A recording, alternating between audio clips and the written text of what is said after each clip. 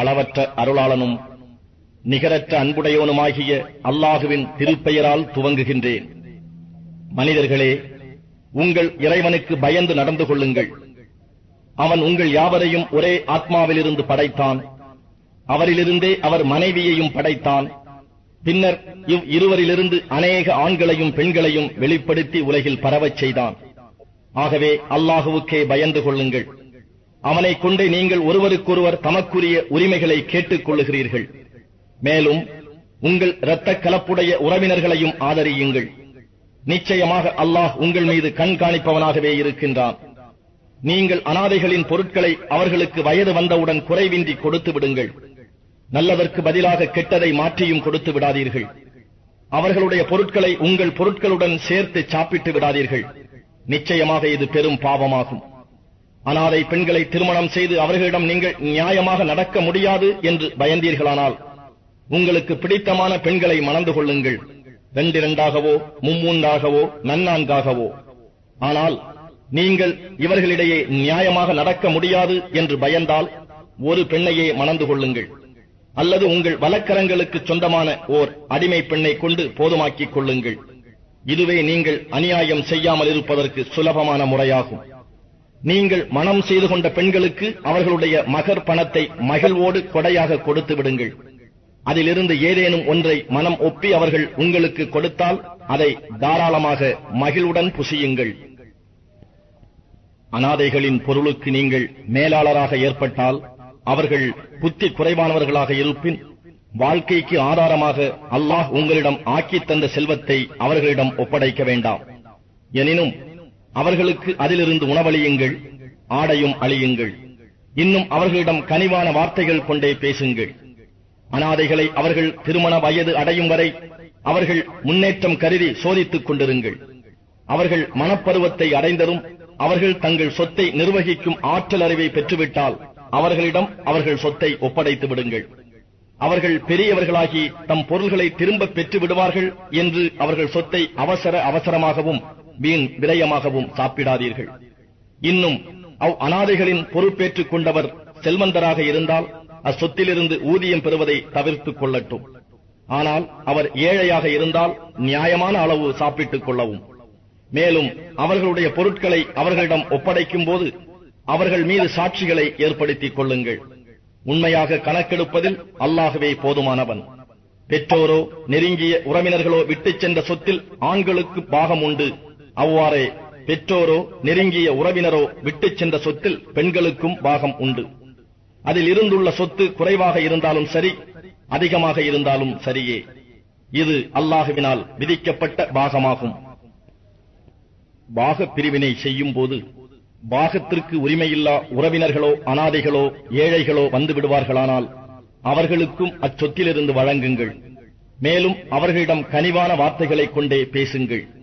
ஏனென்றால் பாகப் பிரிவினை செய்பவர்கள் தங்களுக்கு பின்னால் பலவீனமான சந்ததியரை விட்டுச் சென்றால் அவர்களுடைய நிலை என்னவாகும் என்று எண்ணி பயப்படுவார்களே.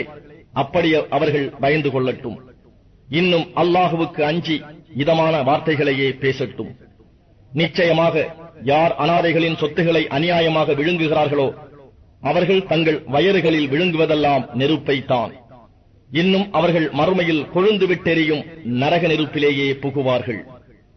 உங்கள் மக்களில் ஓர் ஆணுக்கு 2 பெண்களுக்கு கிடைக்கும் அளவு கிடைக்கும் என்று அல்லாஹ் உங்களுக்கு உபதேசிக்கின்றான்.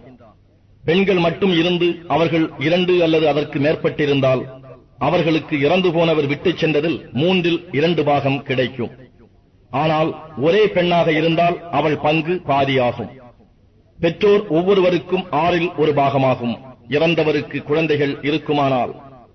ஆனால் இறந்தவருக்கு குழந்தைகள் இல்லாதிருந்து பெற்றோர் மாத்திரம் வாரிசாக இருந்தால் அவர் தாய்க்கு 3/1 பாகம், மீதி தந்தைக்கு உரியதாகும். ஆனால் இறந்தவருக்கு சகோதர சகோதரிகள் இருந்தால் அவர் தாய்க்கு 6/1 பாகம்தான், மீதி தந்தைக்கு சேரும். இவ்வாறு பிரித்துக் கொடுப்பது அவர் செய்துள்ள மரண சாசனத்தையும் கடனையும் நிறைவேற்றிய பின்னர்தான். உங்கள் பெற்றோர்களும் குழந்தைகளும் இவர்களில் யார் நன்மை பயப்பதில் உங்களுக்கு நெருக்கமாக இருப்பவர்கள் என்று நீங்கள் அறிய மாட்டீர்கள்.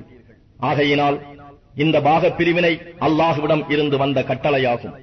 நிச்சயமாக அல்லாஹ் யாவற்றையும் நன்கறிந்தவனாகவும் மிக்க ஞானமுடையவனாகவும் இருக்கின்றான். இன்னும் உங்கள் மனைவியர் விட்டுச் சென்றதில் அவர்களுக்கு பிள்ளை இல்லாதிருந்தால் உங்களுக்கு பாதி பாகம் உண்டு. அவர்களுக்கு பிள்ளை இருந்தால் உங்களுக்கு கால் பாகம்தான். இதுவும் அவர்கள் செய்திருக்கிற மரண சாசனத்தையும் கடனையும் நிறைவேற்றிய பின்னர்தான். தவிர உங்களுக்கு பிள்ளை இல்லாதிருப்பின் நீங்கள் விட்டுச் சென்றதிலிருந்து அவர்களுக்கு கால் பாகம்தான். உங்களுக்கு பிள்ளைகள் இருந்தால் அப்போது அவர்களுக்கு நீங்கள் விட்டுச் சென்றதில் 8 1 பாகம்தான். இதுவும் நீங்கள் செய்திருக்கும் மரண சாசனத்தையும் கடனையும் நிறைவேற்றிய பின்னரேதான். தந்தை, பாட்டன் போன்ற முன் வாரிசுகளோ அல்லது பிள்ளை, பேரன் போன்ற பின் வாரிசுகளோ இல்லாத ஓர் ஆணோ அல்லது ஒரு பெண்ணோ, இவர்களுக்கு ஒரு சகோதரனோ அல்லது சகோதரியோ இருந்தால் அவர்கள் ஒவ்வொருவருக்கும் 6 1 பாகம் உண்டு. ஆனால் 2க்கு அதிகமாக இருந்தால் அவர்கள் 3 1 பாகத்தில் சமமாக பங்கிட்டுக் கொள்ள வேண்டும். இதுவும் அவர்களின் மரண சாசனமும் கடனும் நிறைவேற்றிய பின்னர்தான். ஆனால் மரண சாசனத்தை கொண்டு வாரிசுகள் எவருக்கும் நஷ்டம் ஏற்படக்கூடாது. இது அல்லாஹ்வினால் விதிக்கப்பட்டதாகும். இன்னும் அல்லாஹ் யாவற்றையும் நன்கறிந்தவனாகவும் மிக்க பொறுமையுடையோனுமாகவும் இருக்கின்றான். இவை அல்லாஹுவின் வரையறைகளாகும். எவர் இவை பற்றி அல்லாஹுவுக்கும் அவன் தூதருக்கும் கீழ்ப்படிந்து நடக்கிறார்களோ அவர்களை சுவனவதிகளில் பிரவேசிக்கச் செய்வான். அங்கு கீழே ஆறுகள் சதா ஓடிக்கொண்டிருக்கும். அவர்கள் அங்கே என்றென்றும் இருப்பார்கள். இது மகத்தான பாக்கியமாகும். எவன் அல்லாஹுவுக்கும் அவன் தூதருக்கும் மாறு செய்கிறானோ, இன்னும் அவன் விதித்துள்ள வரம்புகளை மீறுகிறானோ, அத்தகையவன் நரகத்தில் புகுத்தப்படுவான். அவன் அங்கு என்றென்றும் தங்கிவிடுவான். மேலும் அவனுக்கு இழிவான வேதனையும் உண்டு. உங்கள் பெண்களில் எவளேனும் மானக்கேடான செயல் செய்துவிட்டதாக குற்றம் சுமத்தப்பட்டால் அதை நிரூபிக்க உங்களில் இருந்து 4 பேர்களை அழையுங்கள். அவர்கள் அதை மெய்ப்படுத்தி சாட்சி கூறிவிட்டால் அப்பெண்களை மரணம் முடிவாக்கும் வரையில் அல்லது அவர்களுக்கு அல்லாஹ் ஒரு வழியை உண்டாக்கும் வரையில் அவர்களை வீடுகளில் தடுத்து வையுங்கள். உங்கள் ஆண்களில் இருவர் இம்மானக்கேடான காரியத்தை செய்துவிட்டால் அவ்விருவருக்கும் தண்டனை கொடுங்கள். அவ்விருவரும் தாம் செய்த குற்றத்தை நினைத்து வருந்தி தௌபா செய்து தங்களை திருத்திக் கொண்டால் அவர்களை புறக்கணித்து விட்டு விடுங்கள். நிச்சயமாக அல்லாஹ் மன்னிப்போனும் கிருபை உடையோனுமாக இருக்கின்றான். எவர்கள் தங்கள் அறியாமையினால் தீவினை செய்து அதனை பாவமென உணர்ந்து விரைவில் மன்னிப்பு தேடி அதிலிருந்து நீங்கிக் கொள்கிறார்களோ அவர்களை மன்னிப்பது அல்லாஹுவின் மீது கடமையாகி விடுகின்றது. ஆகவே அவர்கள் பால் அல்லாஹ் கருணையுடன் திரும்புகிறான். இன்னும் அல்லாஹ் நன்கறிந்தோனும் ஞானம் உடையோனுமாக இருக்கின்றான். இன்னும் எவர்கள் தீவினைகளை தொடர்ந்து செய்து கொண்டே இருந்து முடிவில் அவர்களை மரணம் நெருங்கிய போது நிச்சயமாக இப்பொழுது நான் பாவங்களுக்காக வருந்தி மன்னிப்பு தேடுகிறேன் என்று கூறுகின்றார்களோ அவர்களுக்கும், எவர் காபிர்களாகவே மறிக்கிறார்களோ அவர்களுக்கும் பாவ மன்னிப்பு இல்லை. இத்தகையோருக்கு துன்பம் கொடுக்கும் வேதனையே இல்லை. இத்தகையோருக்கு துன்பம் கொடுக்கும் வேதனையே நாம் சித்தப்படுத்தி வைத்துள்ளோம்.